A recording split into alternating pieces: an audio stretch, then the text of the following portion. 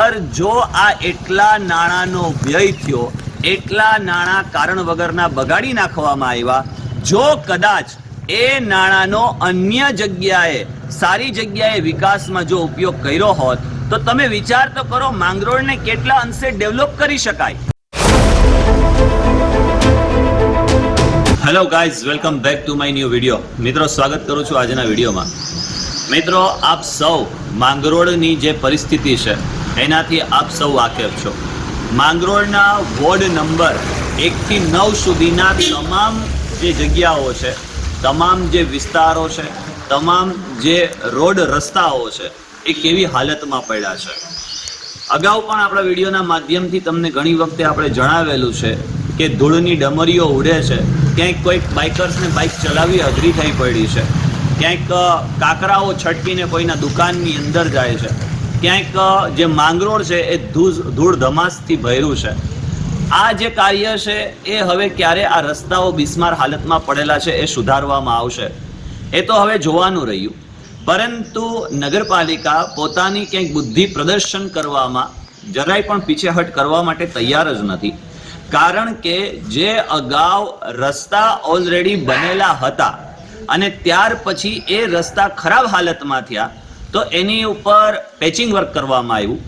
આ પેચિંગ વર્કની અંદર અંદાજિત લગભગ કંઈક 65 લાખ રૂપિયા જેવી માતબર રકમ એ જાહેર થઈ હતી અને સોશિયલ મીડિયાના માધ્યમથી. પરંતુ આજ હું જે સ્થળ પર છું એટલે કે જૂના બસ સ્ટેન્ડથી આપણે સીધા જે ગાંધી ચોક રોડ ઉપર જઈએ છીએ, એ રોડ ઉપર અગાઉ પહેલા રસ્તો ઓલરેડી સારી હાલતમાં હતો, સિમેન્ટ રોડ બનેલો હતો.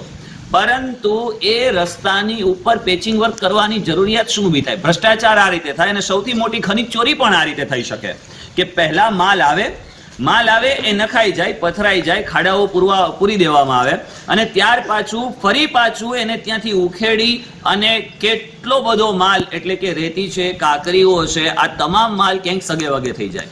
રસ્તાની પહેલા તો હું તમને હાલત બતાવી દઉં અને જે અગાઉ એક નાઇટ એવો અહીંયા આવ્યો હતો અને જે ઢગલો પડ્યો હતો એ ઢગલામાંથી કેટલો માલ બધો ઓછો થયો છે એ તમારી નજરે જુઓ એટલે તમને વધારે ખ્યાલ આવે. મિત્રો, હવે આ તમે જુઓ છો ને રોડ ઉપર ઓલરેડી સિમેન્ટ રોડ બનેલો છે. હવે સિમેન્ટ રોડ તો બનેલો છે પરંતુ એની ઉપર એટલા બધા ખાડાઓ ને એવું બધું હતું એવું કહેવાય છે. મને નથી લાગતું કે કદાચ અહીંયા ખાડા હોઈ શકે અને અહીંયા કંઈક પેચિંગ વર્કની જરૂરિયાત ઊભી થતી હોય. પરંતુ આ રસ્તા ઉપર એ લોકોએ શું કર્યું તો કે પેચિંગ વર્ક કર્યું. એટલો બધો જથ્થો, એટલી બધી કાકરી, એટલી બધી રેતીઓ એ બધી આ આખા રસ્તા ઉપર પાથરી દેવામાં આવી. છેવટ સુધી જઈએ તો ખબર પડશે કે આખા રસ્તાની અંદર એ લોકોએ પેચિંગ વર્ક કર્યું. ત્યાર પછી આ રસ્તાને ખોદી નાખવામાં આવ્યો. ખોદી શા માટે નાખવામાં આવ્યો? કે નીચે જે રસ્તો છે એ ઓલરેડી સારી હાલતમાં છે, તો પછી ઉપર એટલી બધી કાકરીઓ પાથરવાની, આ પેચિંગ વર્ક કરવાનું મહત્વ શું છે એમ. આ સાઈડની એના ઉપરથી તમને ખ્યાલ આવશે કે રસ્તો કેટલો ઊંચો કર્યો હશે આ લોકોએ. અહીંયા આ લગભગ અડધા ફૂટ થી પોણા ફૂટની આસપાસનો રસ્તો ઊંચો કર્યો છે. જોઈ લો, એટલો બધો માલ આ લોકોએ અહીંયા ખડકો હતો અને ત્યાર પછી એ લોકોએ કામ કરવામાં ધ્યાન પણ નથી રાખ્યું, કેમ કે કોઈકના ઘરની પાઇપલાઇનો સાઈડોની પણ તોડી નાખી છે અને આ એટલો બધો જથ્થો કારણ વગરનો, કોઈ મતલબ જ નથી, એટલા બધા રૂપિયા એ લોકોએ વેડફી નાખ્યા છે. છેવટ સુધી જઈએ ને તો છેવટ સુધી આ જ પોઝિશન છે. સાઈડોની અંદર જુઓ કેટલો બધો આ કારણ વગરનું ઠાલવી દીધું છે. આનું કોઈ મતલબ જ નથી. પેચિંગ વર્ક કર્યું અને ત્યાર પછી આ રસ્તાને આખો ચોખ્ખો કરી દેવામાં આવ્યો. જો પહેલાથી રસ્તો આ પ્રકારે હોય તો આની ઉપર આ જે કંઈ પણ પેચિંગ વર્ક થયું, એટલો બધો માલ ચડાવવામાં આવ્યો, રેતીઓ, કાંકરીઓ બધી નાખવામાં આવી, તો હકીકતમાં એનું કારણ શું? હવે આ જે રસ્તો ખોદાયો એ રસ્તામાંથી એટલે કે ચોખ્ખો કરવામાં આવ્યો અને એ રસ્તામાંથી જે જથ્થો ઉપડ્યો એટલે કે કાકરી છે, રેતી છે, આ જે જથ્થો ઉપડ્યો. હવે મિત્રો, તમે પાછળની બાજુનું જુઓ છો ને, આ ઢગલો એટલો જ નથી. તમે સાઈડના વિડીયોની અંદર જોઈ શકો છો કે એ જે ઢગલો છે એ કેવડો મોટો છે. આ જે ચોક છે, લાલજી મંદિરનો જે ચોક છે, આખા રસ્તાનો માલ બધો અહીંયા એકઠો કર્યો.